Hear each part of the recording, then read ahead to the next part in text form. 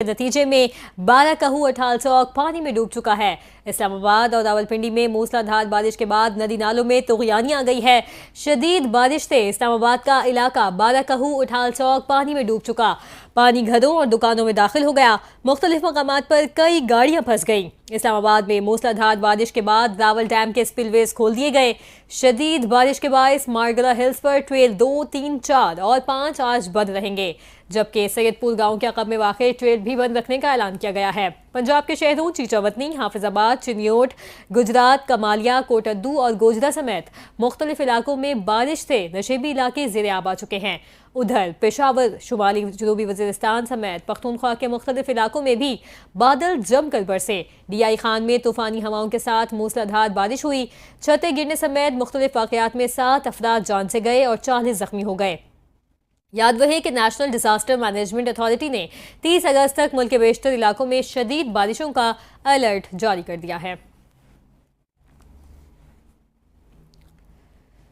भारत की जानिब से पानी छोड़ने के बाद दरियाए सतलुज और चनाब में पानी की सतह में इजाफा हो चुका है। भारत ने एक बार फिर दरियाए सतलुज और चनाब में पानी छोड़ दिया है, जिसके बायस दरियाओं में पानी की सतह बुलंद हो गई है। रिपोर्ट के मुताबिक मुल्तान में बैठ के इलाकों में दरियात और देहात ज़ेरे आब आ चुके हैं, जबकि सैलाब मुतासरीन की जानिब से रेस्क्यू कैंप कायम न करने की शिकायत भी सामने आई। मुतासरीन अपनी मदद आप के तहत नकल मकानी पर मजबूर हैं। कसूर के इलाके गंडा सिंह वाला में पानी की सतह 21 फीट बुलंद हो चुकी है, जिसके बायस सैलाब मुतासरीन के इनखला का अमल तेज कर दिया गया और दीगर अजला से रेस्क्यू एहलकार और कश्तियां तलब कर ली गई हैं। बहावलपुर में भी हेड इस्लाम पर भी पानी की सतह बढ़ने लगी है, जिससे हजारों एकड़ ज़रई अराजी ज़ेरे आब आ चुकी है, जबकि बहावल नगर में आरजी बंद टूटने से फसलों को नुकसान हुआ। इसके अलावा लिया में दरियाए सिंध में तुगयानी से पुलिस चेक पोस्ट दरिया बुर्द हो चुकी है।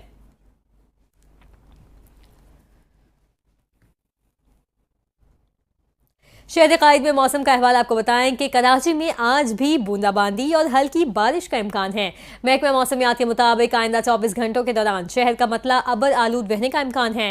महकमा मौसमियात ने बताया कि शहर का कम से कम दर्जा हरारत 27.3 डिग्री सेंटीग्रेड रिकॉर्ड किया गया, जबकि ज्यादा से ज्यादा दर्जा हरारत 31 से 33 डिग्री सेंटीग्रेड तक जाने का इम्कान है।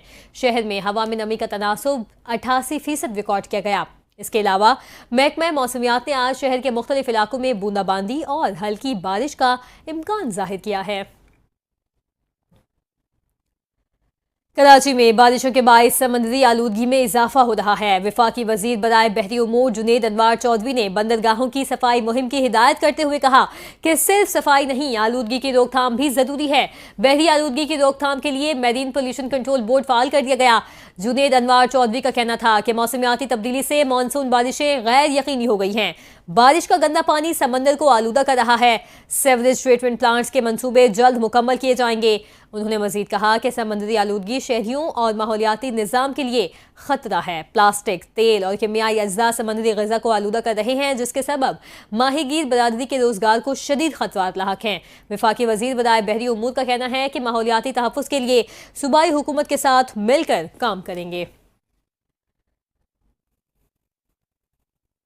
अपडेट करेंगे। वफाकी वज़ीर दाखिला मोहसिन नकवी ने तबलीगी जमात के मरकज़ ज़ायवेंट का दौरा किया। वज़ीर दाखिला सेनेटर मोहसिन नकवी ने तबलीगी जमात के काबरीन मौलाना मोहम्मद अहमद बिटलर और मौलाना उबैदुल्लाह, डॉक्टर सलीम और दीगर से मुलाकात की।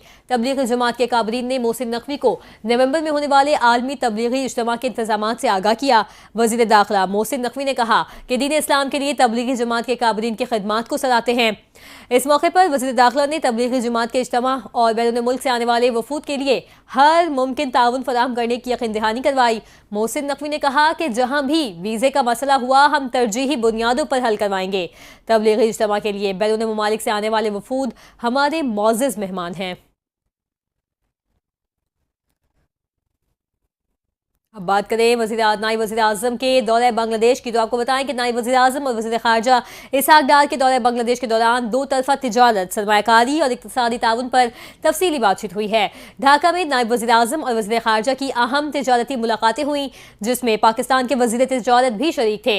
नायब वज़ीर आज़म की मुलाकात बांग्लादेश के कॉमर्स एडवाइज़र शेख बशीरुद्दीन से मुलाकात में आला हुकाम और बांग्लादेश के सरकारी तिजारती इदारों के सरबराहान शरीक हुए।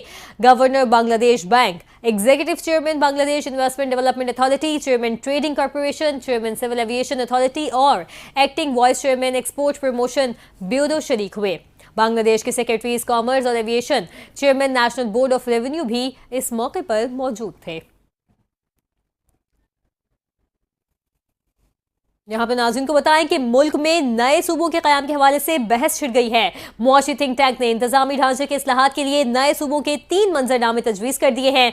पहले मंजरनामे में 12, दूसरे में 15 से 20 छोटे सूबे और तीसरे मंजरनामे में 38 विफाकी डिवीजन्स हो सकते हैं। मुआशी think tank economic policy and business development के मुताबिक मौजूदा इंतजामी ढांचा इलाकाई मुआशी तरक्की की खलीज को खत्म करने में नाकाम हो चुका है। पाकिस्तान के मौजूदा इंतजामी ढांचे दुनिया के मुकाबले में कहीं ज्यादा बड़े हैं। Economic policy and business development का कहना है कि सूबे में आबादी के बेतहाशा फर्क की वजह से मसाइल हैं। गुर्बत, बेरोजगारी और तालीम की शरह में फर्क बढ़ता जा रहा है। रिपोर्ट में कहा गया है कि 12 छोटे सूबे कायम करने से हर सूबे की आबादी कम होकर 2 करोड़ तक हो जाएगी। 12 छोटे सूबों के कयाम से सूबाई बजट 994 अरब रुपए तक हो जाएगा। 15 से 20 छोटे सूबों के कयाम से सूबाई बजट 600 से 800 अरब तक हो जाएगा। हर सूबे की आबादी 1 करोड़ 20 लाख से 1 करोड़ 60 लाख अफराद तक हो सकती है। रिपोर्ट के मुताबिक 38 विफाकी डिवीजन्स कायम करने से हर डिवीजन की आबादी 63 लाख नफूस हो जाएगी।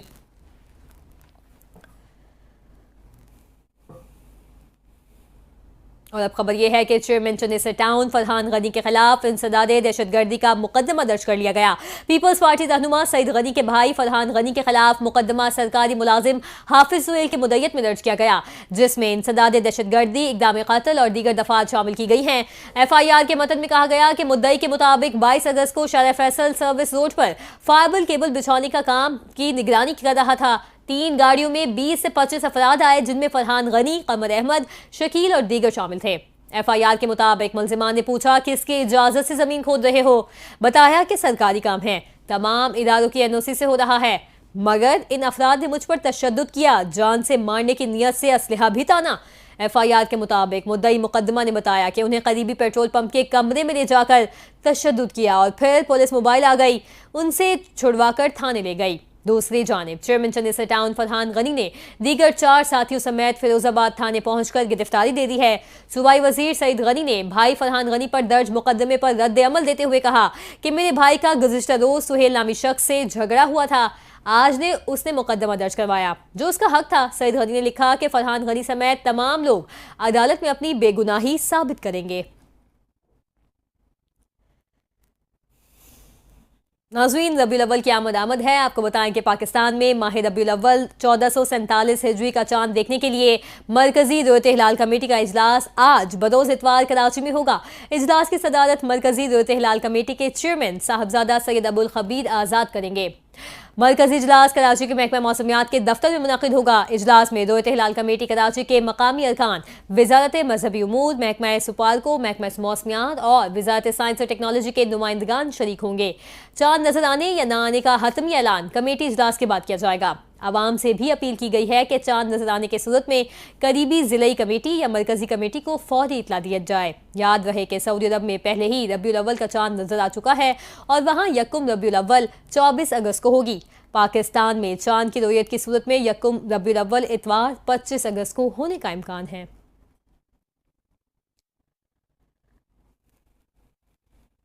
पंजाब के स्कूलों में सरकारी अफसरान को दौरों के दौरान गुलदस्ते और तहाइफ पेश करने पर पाबंदी आयद कर दी गई है। ज़राए के मुताबिक सेक्रेटरी एजुकेशन ने तमाम अजला के CCOs एजुकेशन को मरासला जारी कर दिया। मरासले में कहा गया है कि सेक्रेटरी एजुकेशन के मुख्तलिफ दौरों के दौरान स्कूल इंतजामिया की जानिब से गुलदस्ते और दीगर मेहमान नवाजी के लिए अखराजात का बेजा इस्तेमाल देखा गया। मरासले में तहाइफ के अखराजात स्कूल और तलबा की फलाह बहबूद के लिए वक्फ करने की हिदायत दी गई है। सेक्रेटरी एजुकेशन ने इस हवाले से कहा कि सादगी अपनाई जाए, सरकारी दौरों पर फूल और तहाइफ पेश न किए जाएं। तमाम एजुकेशन अफसरान नुमाइशी कल्चर की हौसला शिकनी करें। सेक्रेटरी एजुकेशन की महकमे के तमाम अफसरान को मरासले पर अमल दरामद फौरी यकीनी बनाने की हिदायत कर दी है।